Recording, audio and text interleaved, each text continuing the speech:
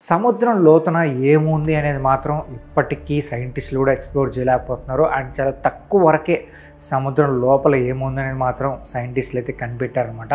అసలు సముద్రాన్ని మనం ఎక్స్ప్లోర్ చేయాలంటే ఇంకా చాలా టైం పడుతుంది. అంత పెద్ద టెక్నాలజీ కూడా ప్రజెంట్ ఉన్న ఇప్పుడైతే లేదు. అండ్ ఫ్యూచర్లో ఏమైనా డెవలప్ చేస్తారేమో చూడాలి. బట్ సముద్రం కిందనైతే మాత్రం చాలా విచిత్రమైన జీవులు ఉన్నాయని చెప్పి సైంటిస్ట్ కూడా చెప్తుంటారు. అప్పుడప్పుడు అవి బయటకు కూడా వచ్చి కనిపిస్తూ ఉంటాయి. అండ్ మనం ఇయర్ ఫస్ట్లో కూడా ఒక విషయం గురించి బాగా మాట్లాడుకున్నాం. అండ్ ఆ టాపిక్ అయితే మాత్రం చాలా బాగా ట్రెండ్ అయింది కూడా. అది లెవియథాన్ అనమాట. లెవియథాన్ రాబోతుంది. లెవియథాన్ ఒక పెద్ద సముద్ర రాక్షసి.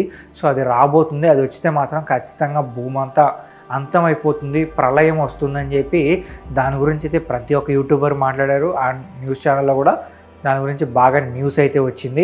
అండ్ ఆ టాపిక్ రావడానికి మెయిన్ రీజన్ ఏంటంటే ఓర్ ఫిష్, డూమ్డే ఫిష్ అనమాట. సో ఇది ఎప్పుడు కనిపించిందో దానికి లింకుగా సో ఇలాంటి టాపిక్స్ అన్నీ బయటకు వచ్చాయి. అండ్ ఈ టాపిక్స్ గురించి కూడా జనాలు అయితే మాట్లాడారు. బట్ తర్వాత వాటి గురించి అయితే మర్చిపోయారని చెప్పాలి. అండ్ ఇప్పుడు ఈ టాపిక్ ఎందుకు మాట్లాడుకుంటున్నాము అంటే ఈ ఓర్ ఫిష్ ఉంది కదా, అదే డూమ్స్డే ఫిష్ అని ఉంది కదా, ఈ ఫిష్ తమిళనాడులో కనిపించింది అనమాట. రీసెంట్గానే మే లాస్ట్ ఆ టైంలో తమిళనాడులో ఒక ప్రాంతంలో అయితే ఈ ఫిష్ కనిపించిందని చెప్పి ఒక ఫోటో బాగా వైరల్ అవుతుంది. అండ్ ఇది కూడా చిన్న ఫిష్ ఏం కాదు, చాలా పెద్దది.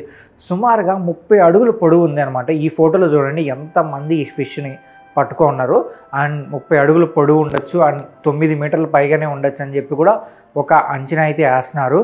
అండ్ ఈ ఫిష్ ఎప్పుడు కనిపించిందో మరోసారి ఈ ప్రళయం గురించి అయితే మాత్రం సోషల్ మీడియాలో బాగా మాట్లాడుకుంటున్నారు. అంటే ఈ ఫిష్ కనిపిస్తే మాత్రం ఏదో ఒక చెడు జరుగుతుందని ఒక టాపిక్ అయితే మాత్రం ఎప్పటి నుంచో రన్ అవుతూనే ఉంది. అండ్ ఇది నిజమా కాదా అంటే మాత్రం సైంటిస్టులు ఏం చెప్తున్నారంటే ఇలాంటివి నమ్మొద్దని చెప్తున్నారు.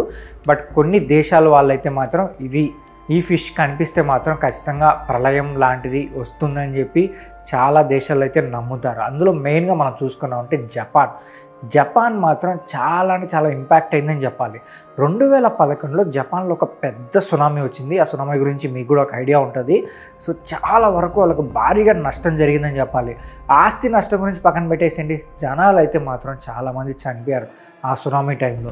అయితే ఆ సునామీ రాకముందు కొన్ని రోజుల ముందు అయితే మాత్రం అంటే ఒక్క చోట కాదు, సుమారుగా 20 ప్రాంతాల్లో అయితే మాత్రం ఈ చేప కనిపించింది అనమాట. అప్పుడు వాళ్ళు ఏమనుకున్నారంటే జపాన్లో ఉన్న ప్రజలు అప్పుడు కూడా వాళ్ళు నమ్మలేదు.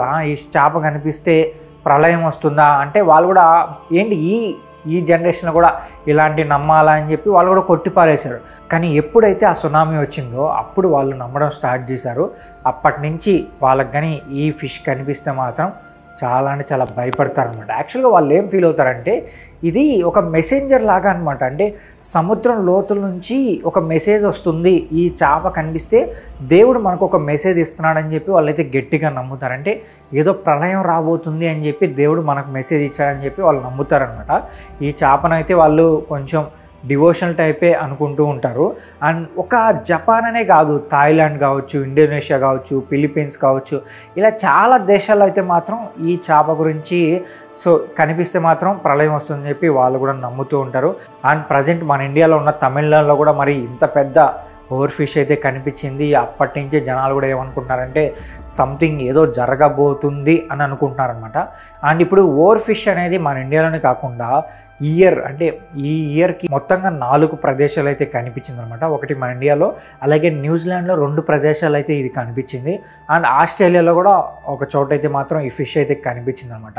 దీంతో ప్రపంచం మొత్తం ఒక్కసారిగా మరోసారి ఏదైనా జరగబోతుందా, నేచురల్ డిజాస్టర్ ఏమైనా జరగబోతుందా అనే దాని గురించి అయితే గట్టిగా ఆలోచిస్తున్నారు. అయితే మీరేమనుకుంటున్నారో కూడా కింద కామెంట్ చేసి చెప్పండి. అలాగే ఈ వీడియో నచ్చితే మా ఛానల్ సబ్స్క్రైబ్ చేసుకోండి. ఇలాంటి మోర్ ఇంట్రెస్టింగ్ వీడియోస్తో నేను మీ ముందుకు వచ్చేస్తాను.